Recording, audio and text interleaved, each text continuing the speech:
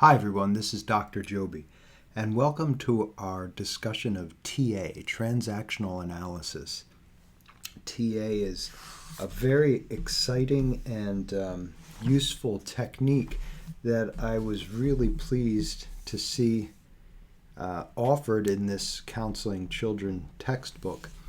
TA had great popularity up through the 1970s and into the 80s, but it's something that I didn't discover until I had my first professorship at a New Jersey community college. I was teaching where I taught for a number of years, and a colleague there who had gotten her doctorate in the early 80s, she turned me on to TA, and it was amazing. I couldn't believe that I had gone so far in my studies and hadn't heard of it. So I like to teach this to my students. I often include it even in Introduction to Psychology class because it's so effective. And the real person you want to be aware of is Eric Berne. Eric Berne is the founder of Transactional Analysis.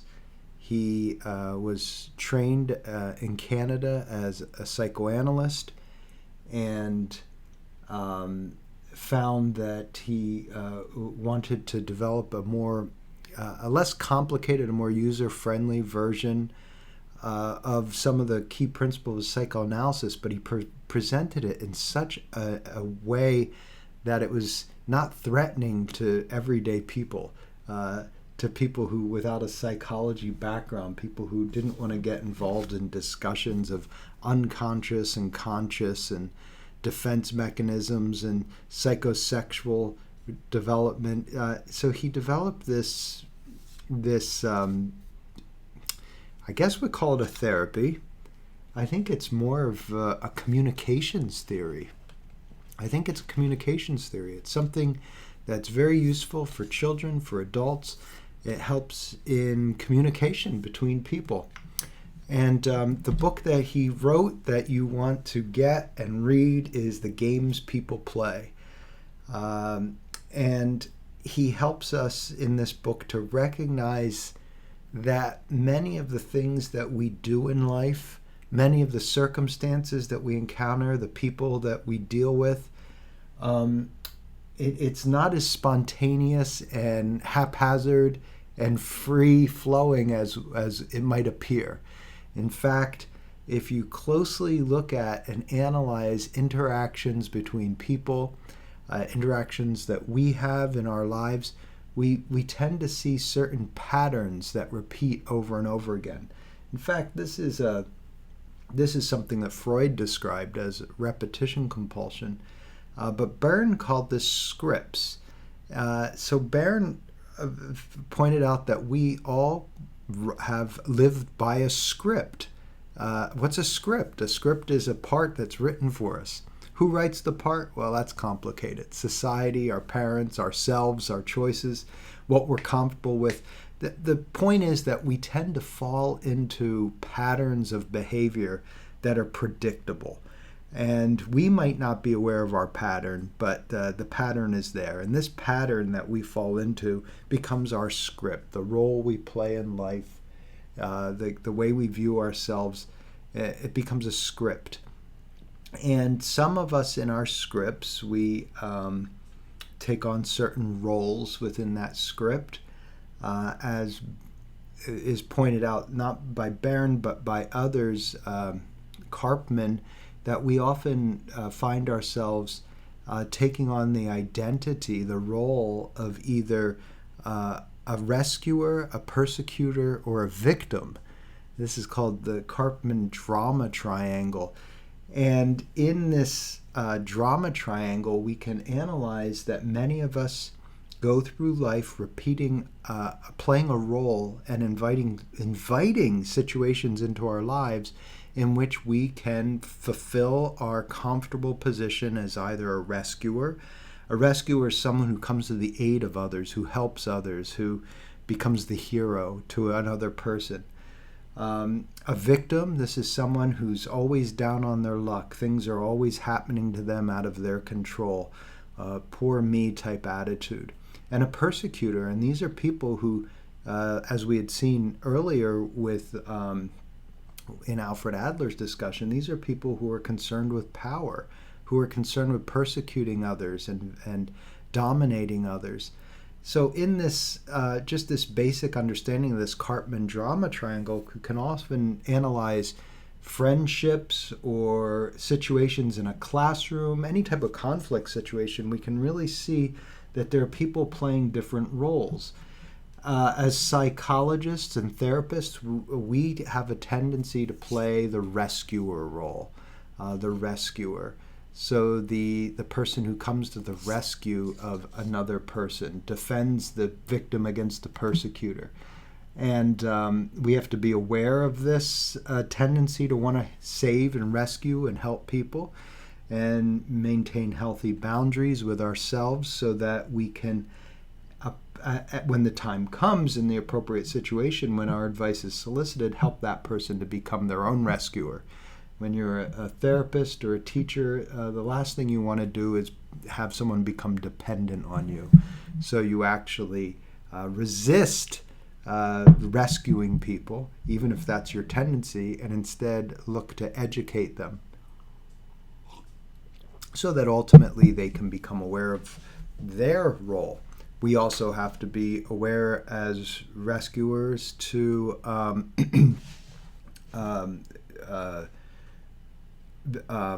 be conscientious or look out for the provocation of a persecutor.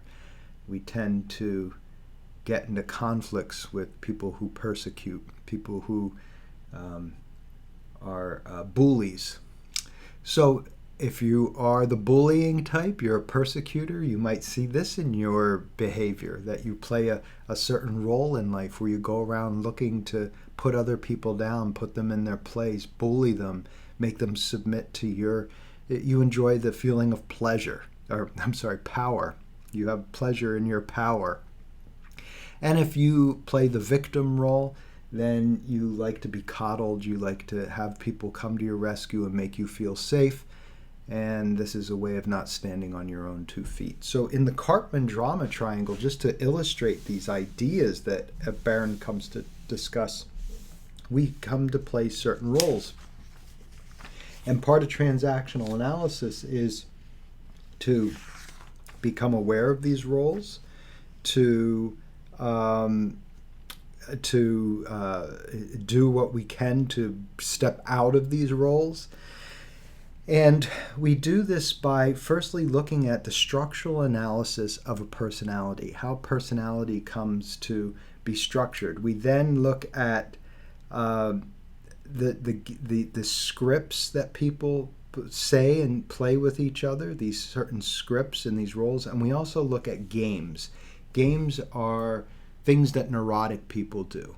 They're called games because there are rules to the game and there are clear winners and losers in the game.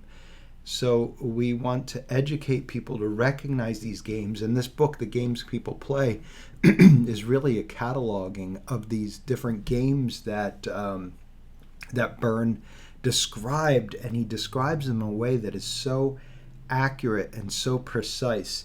It's really worth getting this book, reading it, studying it. Transactional analysis will be one of the most interesting things you can study in helping others and helping yourselves. So if we look here, we have structural analysis. So this is the analysis of someone's personality. We have, which is the basis of transactional analysis. We then have transactional analysis itself, which is how people communicate with each other. We then have script analysis, which is what I described to you earlier with the Karpman triangle. This is the dramas the roles people take on and the dramas they play out. And you can imagine that a persecutor looks for a victim, and a victim seeks out a persecutor. I know that sounds very bizarre, but if you're comfortable feeling like the victim, then you might put yourself in a position where you're being victimized. There's some sort of stroke, some sort of payoff you get for that.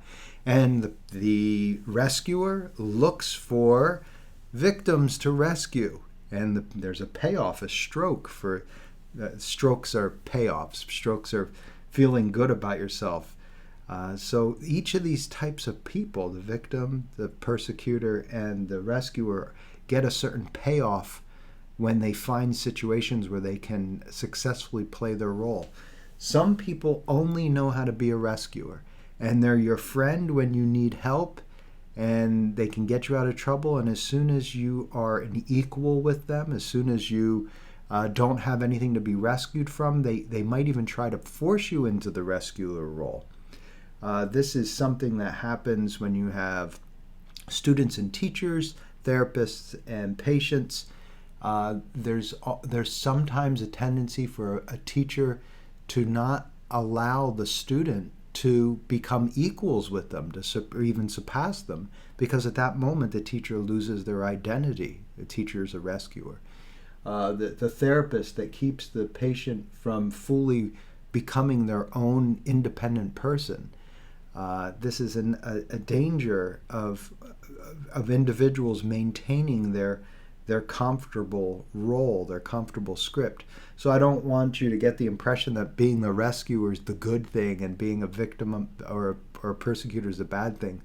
They all are indicative of neurotic qualities that one has to keep in check. After all, if you are going to help people, that your goal should not be ego-driven to be admired and adored by your students or by your patients, but to be genuinely interested in helping that person to be liberated from from any type of persecution or victimization, or being a persecutor. You help persecutor as well, or even being a rescuer and someone who can stand on their own 2 feet and be their own hero. So we look, as Barron points out, first we do structural analysis. That's the analysis of personality. We then do transactional analysis, which is a transaction of how people communicate. We then do script analysis, which is the dramas people play out, the roles they play, and then game analysis, which are these transactions that are predictable, have certain players, have certain rules, and have certain payoffs or strokes for individuals that they keep playing these games over and over again. So we'll discuss that. Let's begin.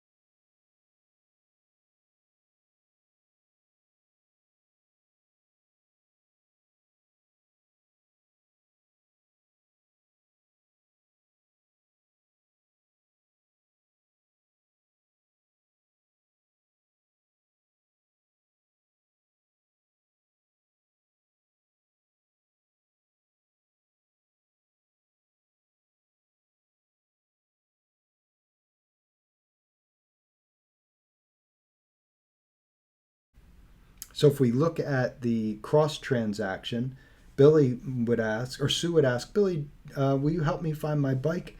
And that's an adult to an adult transaction. But instead of Billy responding as an adult, he responds as a child. Can't you see I'm watching my favorite program? And that would be like a natural child responding to a critical parent. Some people need to learn to not respond as a child or a parent and respond as an adult when spoken to from the adult position. However, many individuals have become so habituated and so neurotic in their emotional responses that when they respond as an adult, they feel cold. They feel as almost if they're being dismissive. When in actuality, someone asks you a question, you just answer the question. And you don't have to be a parent wagging the finger saying should. You don't have to say, oh, I'll come and help you, poor soul. You don't have to be the nurturing parent. You don't have to be the child who reacts in a tantrum, the natural child. And you don't have to be the adaptive child that says, oh, I'll do anything you want to help you. These are all ways that are excessive and not productive. So we teach the child that this is a kind of dishonest or a low insight kind of transaction. The third transaction is the covert or the ulterior transaction, and these are very manipulative transactions. This involves more one ego state. And here's the example. Sue says, Billy, why don't you help me find my bike so we can go riding? That's an adult to adult. Billy says, okay, a good day for a ride. Now that's adult to adult. Here's the ulterior message that could be on a psychological or ulterior level. Sue really, she's saying, why don't you help me find my bike so we can go riding? But what she's really saying is, I wish you would be my boyfriend. And Billy is saying in response, I hope you like me better than the other boys. So what's being said on the surface is not exactly what's being communicated on the deeper ulterior level. So these can be innocent, such as in flirting, but you can have games that come about, and we'll get into these in a moment. But when we look at the scripts, this is the basic transaction types. We have, as we had said, we have the complementary transaction, the cross transaction, and the covert transaction. And the children books and through play, we can help children and youngsters and adults to identify their way of going about their communication models. Do they respond in a complementary way?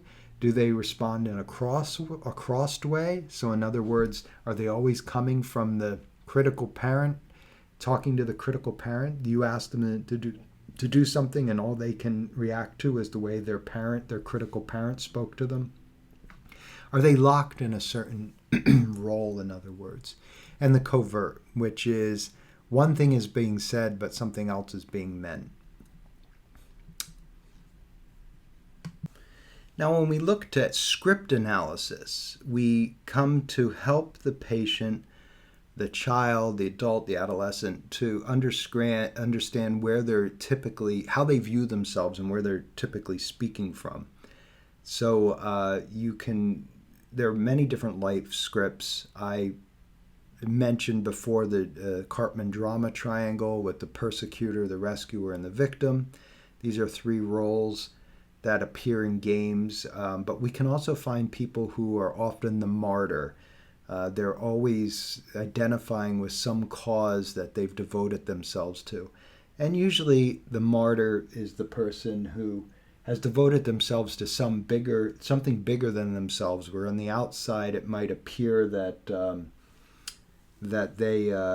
they're so devoted to something altruistic, such as the environment or some religious belief to convert people, whatever. But really what happens with the martyr is they're taking on something that's so big that failure doesn't really matter because it's too big to win anyway.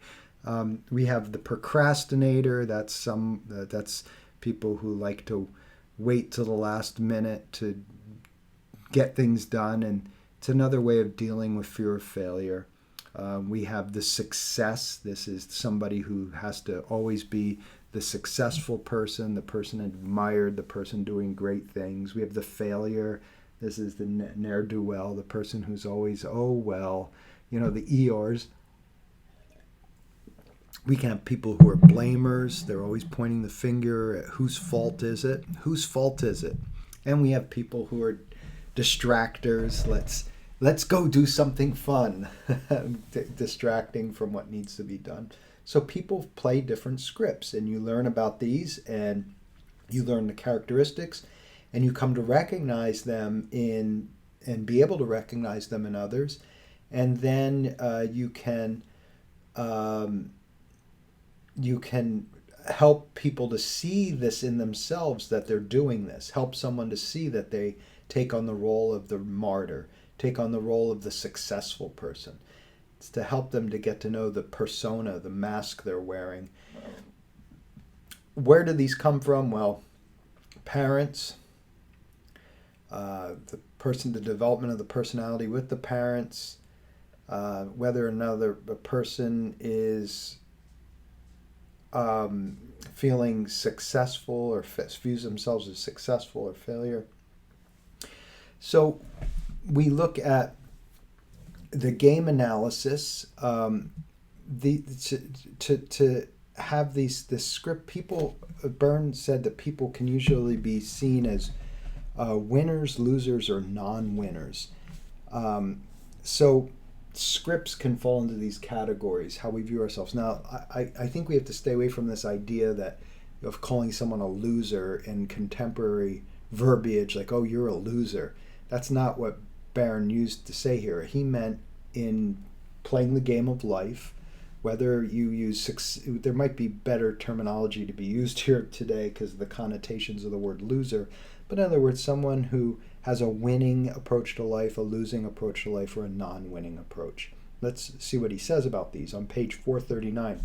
The best way to learn about scripts is to examine the way we spend our time procrastinating, succeeding, failing, blaming, distracting, placating, and computing. Scripts also have three basic types. You can have a winner script, a loser script, or a non-winner. A small percentage of people seem to be natural winners. Everything they touch turns to gold. Conversely, a slightly larger percentage of people seem to be natural losers. Everything turns out badly for them. These are people who like to say, oh, well, that's life. What are you going to do? You can never win. This is like that loser way of being. The majority, perhaps 80 to 85%, follow non-winner script. Non-winners are identified as but at least. For example, I went to school and made poor grades, but at least I didn't flunk out. So TA sees that the majority of people have this kind of non-winner attitude. They're not exactly failures, but they kind of are not exactly winners either. So TA borrows heavily from fairy tales to use the terminology and metaphor. For example, the Cinderella script is not especially healthy plan because the prince or prize does not come to one who sits around waiting. Even so, in other words, people who believe in the Cinderella story, this fantasy that someone's going to come and rescue you, that doesn't happen because people don't come and rescue you. You have to rescue yourself. Even martyrdom, as Cinderella did for her stepmother and stepsisters, does not help. The Santa Claus script is based on a similar myth, that good little children or bad little children get the reward or the punishment. Fairy tales, like warm, fuzzy stories, provide children with different positive relationship models and social roles that can lead to personal growth or autonomy. Because life scripts are formed in early childhood, selecting children's stories should be done with considerable care. So we have to say, and this is one of the criticisms of, say, like the Disney films, all the older Disney films always saw, one of the critical analyses in media is that it always showed a female being rescued, a helpless female being rescued by a powerful male. And this started to shift in the 2000s, and today where we have Disney writing films that have empowered women helping themselves. So we learned, this is just an illustration of where we learn these scripts from. So let's turn now to the analysis of games. As we said, in a game, you have three roles: a persecutor, a rescuer, and a victim. These are basic roles. You also have patterns of how we see each other. So a life position. So you can have yourself in the life position that I'm okay. This is the I am okay life position. There's four basic life positions. I'm okay, you're okay. This is actually the title of a famous transactional analysis book. And it's a great book. It really explains transactional analysis well. So the I'm okay, you're okay, this position is the position of mature, mentally healthy people who are independent. They treat themselves that they feel okay in life, they're doing a good job, and other people are feeling okay in life. This positive regard for others, positive regard for themselves. This is a winner position. I'm not okay, you're not okay is when these are individuals who live their life going around treating other people that they're not good enough, and they're not even good enough for themselves. It's a loser position. You see where this winner and loser kind of idea comes in. I'm not okay, you're okay. This is also another unhelpful position. This is the person who's always looking to be rescued, always looking to be saved by someone better than them. They're not good enough, but everybody else is. This is low self-regard type way of being. And I'm not okay, you're not okay. I think you're not okay, I'm okay. Oh, you're not okay, I'm not okay. This is, I'm in a bad position in life, and so is everybody else. And this is people who seek out to look at how other people are failing as well. You might find individuals that you meet that fit into these patterns, and you'll say, oh my goodness, every time I'm with this person, they want to maybe de-emphasize or minimalize my successful way of life, or things that are going well for me. They put it down and find fault with it. Well, it might be a way of them coming to terms with they're not okay, and if they can see in you and others that they're not okay either, well then maybe we're all not okay. So you see, this is the very basic of games, these life positions. So the second stage of this would be to, when you encounter a person, be aware of what their life position is. Be aware of what they say to you, how they act, and what role they might be forcing you into by their statements. Ask yourself, do they have a sense that they're okay, or do they have a sense that they're not okay? Now, sometimes people who put other people down look like you'd think that, wow, they really believe in themselves. They really feel good about themselves. But in actuality, they don't feel good about themselves, or they wouldn't be putting you down or putting other people down. They actually feel not okay about themselves. And they're masking the not okay by bringing you down so that they feel better about themselves. So look at these life positions of other people that you're dealing with. Think about people in your life. I would say, do you feel positive and uplifted when you're around them, or do you feel icky and disgusting and like you need to wash your hands and bad about yourself? And that's a pretty good a good litmus test for knowing if that person's coming from a life position of I'm okay or I'm not okay. And also look at yourself. Do you have the basic position of I'm okay, acceptable, worthwhile, have something to offer? Or do you have an I'm not okay, where you feel you have something to prove, you have to live up to something else? This is very essential to come to understand what your life position is. Now we turn to the games. Before we turn to the games, let's look at the goals. What are the goals? The goals are the strokes. What's a stroke?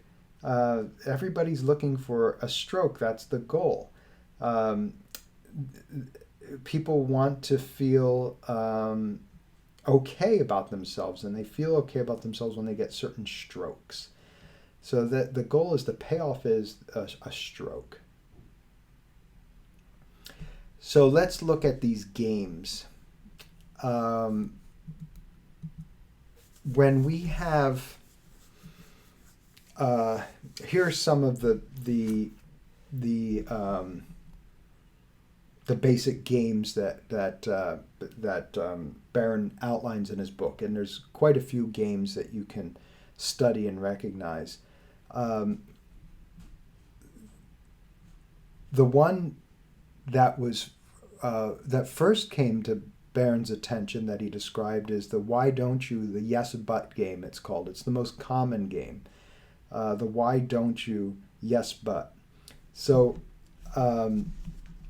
that game goes like this. Somerton writes that Byrne began his study of game analysis with the why don't you, yes but game. You can always see this game when you go to help someone and give them advice and say, why don't you do this? And then they say, yes, but. I call this the yes, but game. It's when they always have an excuse not to do the thing that you're trying to tell them will improve their life. And this is a game that they want to remain, they always have an excuse that they remain in the comfort of the known. It's safer and more comfortable to be in a position of a losing approach in life, but it's familiar.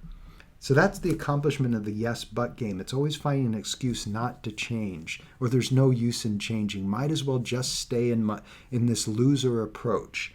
The overt communication appears to be adult to adult, but the covert communication is actually one-upmanship move by the child ego state trying to hook the parent ego state of the helper into giving advice on what the helpee needs to solve the particular problem. However, in this game, the advice is always rejected as inadequate in an attempt to make the helper feel bad for not having the wisdom that is helpful. So the stroke is this. The person wants to feel good about themselves, positive about themselves. So someone gives them advice and they say yes, but they find fault with the advice. And this is actually a covert way of telling the person who's trying to rescue you, you're not good enough. Sorry, you still can't help me. I'm still a lost cause. And it's a way of being powerful. It's a way of being superior to it. It's a way of being, I'm okay, you're not okay. So on a surface level, it looks like there's someone who has something to help, a rescuer and a victim, but that victim becomes persecutor.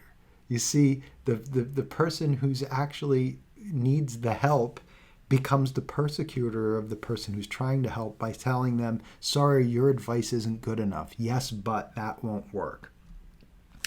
There is another game, the I'm only trying to help.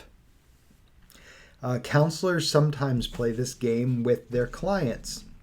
The message of the client is, you're not okay, and I know what is good for you.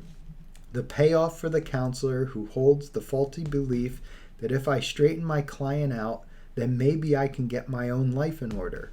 A truly helpful counselor offers help when it is requested, but believes that help can be accepted or rejected.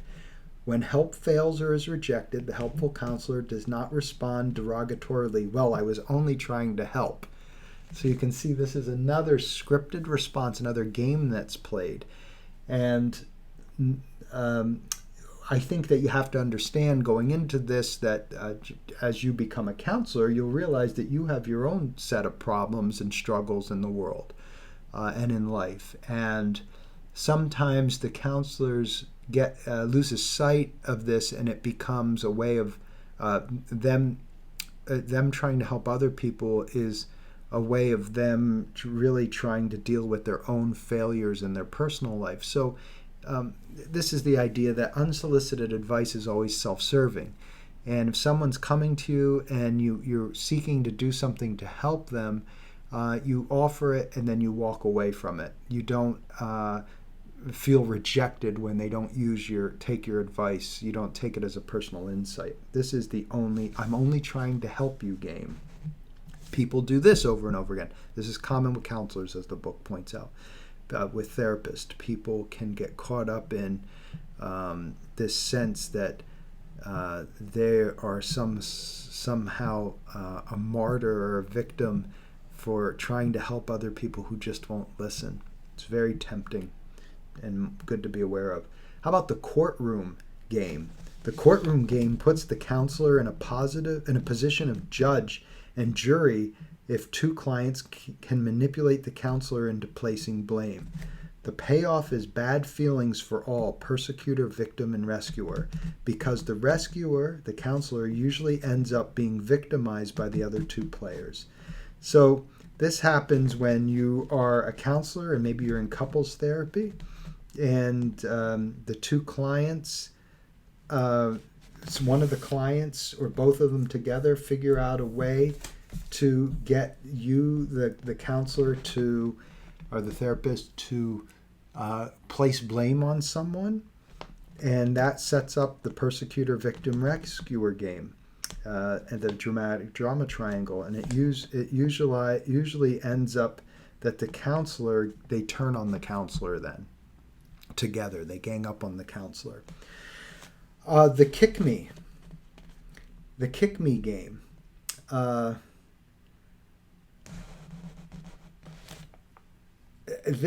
The kick me game is complementary with the now I got you, you son of a bitch. That's what the NIGYYSOB stands for.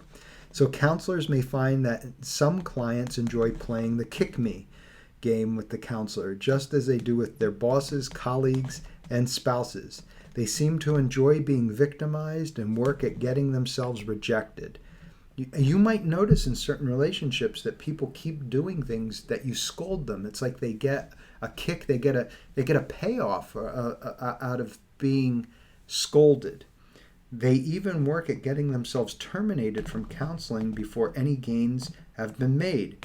Kick me players manipulate others into playing the now I got you game when they react to the bids for negative attention the kick me game players make. The NIGY now I got you game is played by itself if a person tries to trap others in a double bind, damned if you do, damned if you don't. So here's an example of this. Johnny, do you love me? The mother says. Johnny says, yes, I do. And then the mother says, how many times have I told you not to talk with your mouth full? So this is an example of the kick me game, the now I got you. It's almost like the child is being tricked into doing something wrong so that they can be blamed. The gossiping game. This is when you talk about someone who isn't there. Gossiping refers to talking about people who are not present. In a counseling interview, the counselor may wish to have clients role play and dialogue between themselves and the missing person. For example, a student complaining about a teacher could role play a conversation between the two of them, with the student playing the role of the teacher and then responding to the student would in a classroom. Techniques use an empty chair to present the missing role. Role-playing and role reversal methods have a way of limiting gossip while creating a greater awareness of the problem situation and the proper assignment for the problem. So you want to, people who gossip are playing a game. They're setting up, let's you and I talk about somebody else. Let's you and I judge someone else. It's creating this kind of allegiance between two people at the expense of someone else. That's the game of gossip. And some people play the gossip game. This is what they go to feel, this is how they know how to act. The wooden leg game. The wooden leg game is a display of an adequacy pattern described in the chapter on individual psychology. That's Alfred Adler. Clients playing the wooden leg game work to increase their disabilities as a way of avoiding responsibility for taking care of themselves. These clients are experts at making people give up on them. Children are adept in convincing parents and teachers that they cannot handle certain chores or school subjects. Paradoxical strategies, which are at times effective with these clients, focus on harnessing the rebellion into productive activity. The counselor might say, for example, Frank, you've got me convinced that you really can't make it. The rebellious client, Frank, often rises to the occasion to show the counselor is a total idiot and begins to succeed in the face of the prediction he could not. For clients who are really defeated and not rebellious, we recommend large doses of unconditional encouragement. Counselors of welfare and rehabilitation clients often find themselves in the wooden leg game. The payoff goes to the clients who justify not getting better or even getting worse as a way of increasing their benefits. So this is a way of remaining in a state of dependence, the wooden leg game. This is one of my favorites. If it weren't for you, this is the person who avoids responsibility. And the if it weren't for you game is very interesting because it's the person who you get into a relationship and you see that they have struggles and you try to help them out of their struggles, try to help them to get past and make certain accomplishments. And then at the end, they turn on you and blame you for their lack of accomplishment. If it weren't for you, you become the blame for their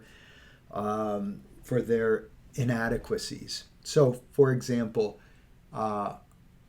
it's something I've noticed in working with artists.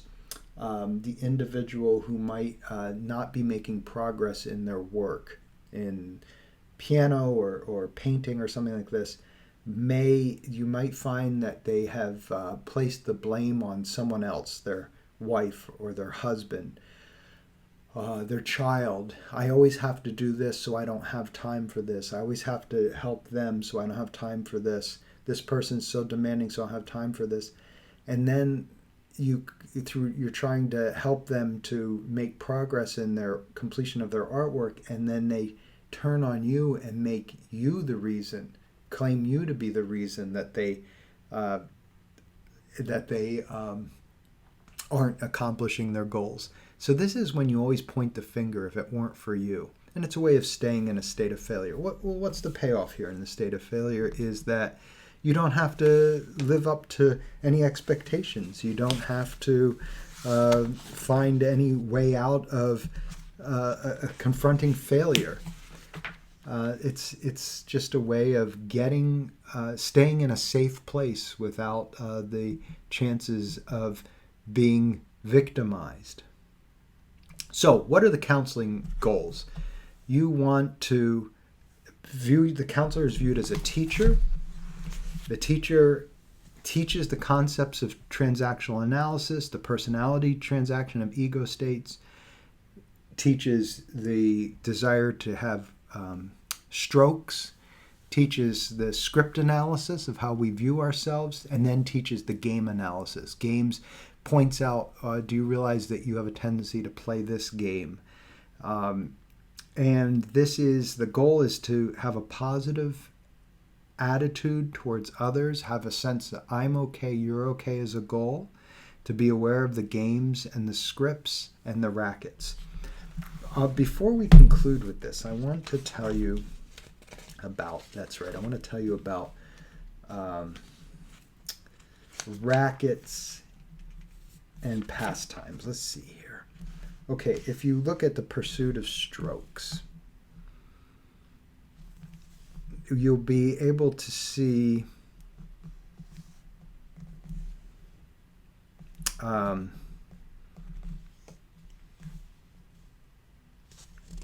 if we look, let's see, structuring time. Here it is, page 446. So people have 6 options for structuring their time in pursuit of strokes.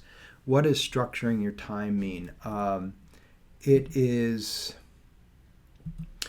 structuring the time is the way they strategize. That's what structuring the time is, how the strategy of going about getting strokes. So one is called withdrawing. Time alone in which no transactions take place and involves few risks, no strokes occurring. So this is one way to spend your time, just withdrawing from other people. 2, rituals. They involve prescribed social interactions such as, hello, have a nice day, how are you? So when you just see someone on a trail or on the path and you say, hi, that is a stroke. It's a way to get strokes. It's a strategy to get strokes.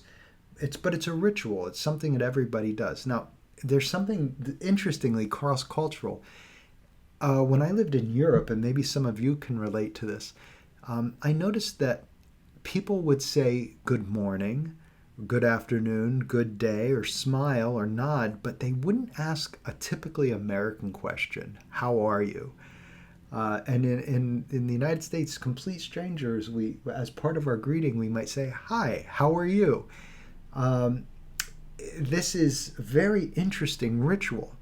And some people take it as just the ritual and smile and say, well, thank you, and that. But there are some people who actually take it as an opportunity to answer in depth to a complete stranger, or even to someone that they even know mildly, when it's just a surface ritual. So knowing these rituals and responding appropriately. Pastimes, here's the interesting. Pastimes provide mutually acceptable stroking.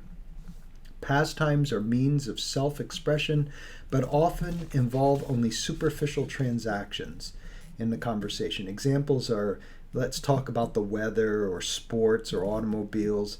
That's a pastime. This is a pastime. You can fall into pastimes even in it just maintains surface level conversation that each person is saying to each other, I'm okay, you're okay. But it's this very surface level. It's about the weather. It's about a sporting event. It's some simple, safe topics. Now you have activities. Time is structured around some tasks of a career. Activities are always to deal with external reality, involve more in-depth interactions with others. So this is when you work on a group project or working with something towards something else, making music or something like this. And we have games. You know what these games are. Their strokes are achieved in a phony way or a dishonest way. A game is something that someone plays to get their strokes, to get their kicks. And intimacy provides unconditional stroking. By the way, the pastimes, this can be, here's a common pastime that Byrne talks about in his book. It's when people get together and start talking about kids today, or the state, how politicians are only out for themselves, and these are different pastimes. It's a way people kind of get a social. They reinforce their idea: I'm okay, you're okay, or I'm not okay, you're not okay. Stuff like this. But if you watch for your own go-to conversations, you can begin to understand these pursuits of strokes, what are called structuring time. Now, finally, let's look at rackets. Rackets, this is when people collect stamps. Now, what does collecting stamps mean? It doesn't mean postage stamps. Years ago, you'd go to a supermarket, and they would give you these, like, you know how now today we have these bonus cards, or these cards where you collect points to get a turkey at Thanksgiving, or a lasagna, or gas points for your car. Well, years ago you had these stamps that they'd give you, and you'd put them in the stamp book. You get so many after each grocery order, and once your stamp book was filled, you could cash it in for prizes. And this was a big deal when you were a kid. I remember we would go grocery shopping, and when the stamp book was filled, we could look through a catalog and choose what we could get as a reward. Very exciting moment. Well, people doing rackets stamp collect with other people. So they might collect wrongs. So in other words, someone who likes to be victimized will keep a record of all the things that have happened to them, like a stamp collecting. All the things that have happened to them, that someone has done to them. And then when the book is filled, they cash in and they become the persecutor and attack the other person. And that's a racket. That's one example of a racket. So as you can see, transactional analysis has a lot of useful concepts. Learning how to respond as an adult is really key to avoiding conflict and getting caught in people's games. You see, if you are approached from a child position and your automatic intention is to respond as a parent, then that transaction continues. Or if someone speaks down to you as from the critical parent role, and you tendency to respond as the natural child in a tantrum or the adaptive child, oh, I'm so sorry, please forgive me, don't hurt me. But if you respond to as an adult, then suddenly the transaction stops. Your boss says to you, you're late again, how dare you be late? And you simply say from the adult position, you're right, I am late. I need to not do this again. Thank you for pointing this out. That's different than saying, oh, I'm sorry, please don't fire me. That's the adaptive child. Or throwing a tantrum. Do you know who I am? You can't talk to me this way. I have rights. That's the child who's throwing the tantrum. So whenever you are approached, the game player is going to approach you from a parent or a child position, or maybe from a covert adult position. You always respond from the adult position, and it ends the transaction. Be logical and non-emotional in your response.